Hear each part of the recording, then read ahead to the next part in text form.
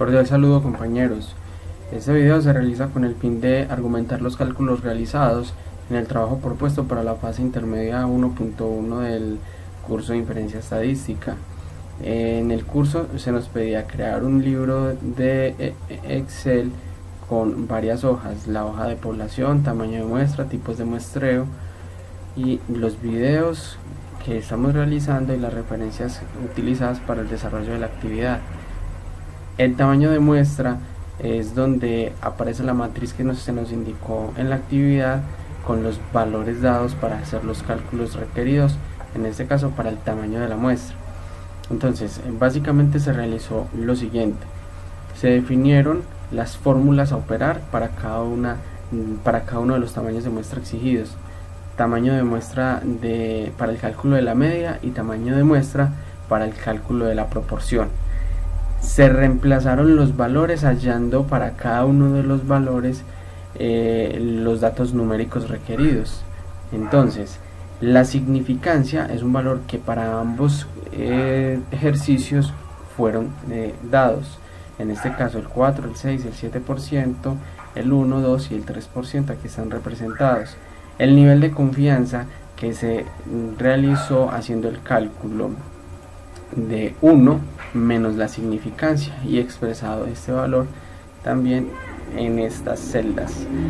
El cuantil z, que se tomó con la ayuda de la función de Excel in.norm.stand, donde 1 menos el valor de la significancia sobre 2. Acá están los resultados que nos dio esa operación.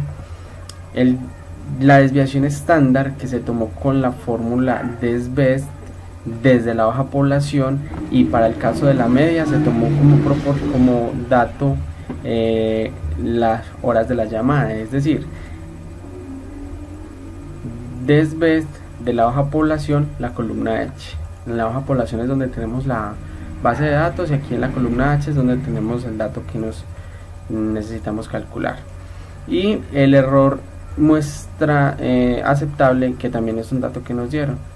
En este caso está acá para los grupos impares y para el cálculo de la media, y para la proporción está en esta parte de acá.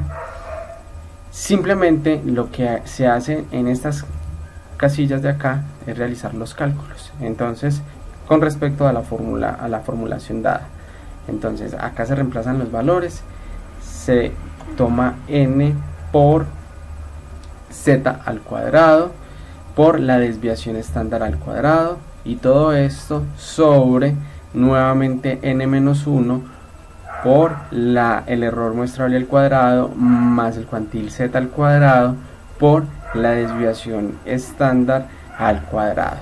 El resultado que nos otorgó es el tamaño de la muestra requerido para el cálculo de la media.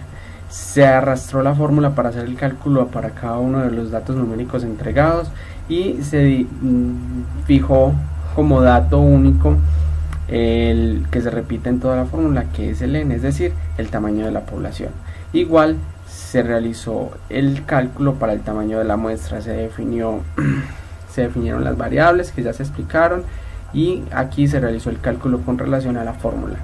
Entonces se tomó z al cuadrado, que en este caso es el cuantil z al cuadrado, por pq, en este caso esta es la desviación pq que corresponde al cálculo de estas dos variables de acá, por n, que es la población, y todo esto sobre los valores restantes de la fórmula, es decir, n, que es el tamaño de la población, menos 1 por el error de la muestra al cuadrado más el cuantil z al cuadrado nuevamente por pq, es decir, la multiplicación de pq. Se arrastraron los datos, y estos son los tamaños de la muestra que se requerían para las proporciones. Ahora, el tipo de muestreo elegido fue el muestreo aleatorio simple. Como se sugirió, se tomaron los valores del cálculo de la última columna, en este caso 480 y 320, se indicaron en forma descendente esas posiciones, de 1 a 484 para la media y de 1 a 320 para la población. para la proporción, y mediante la ayuda de la fórmula jerarquía se generaron valores aleatorios entre 1 y 99, que es el tamaño de la población, y con la ayuda de un buscar B se trajeron los demás datos de la primera hoja, que es la población, con relación al número de cliente asignado acá.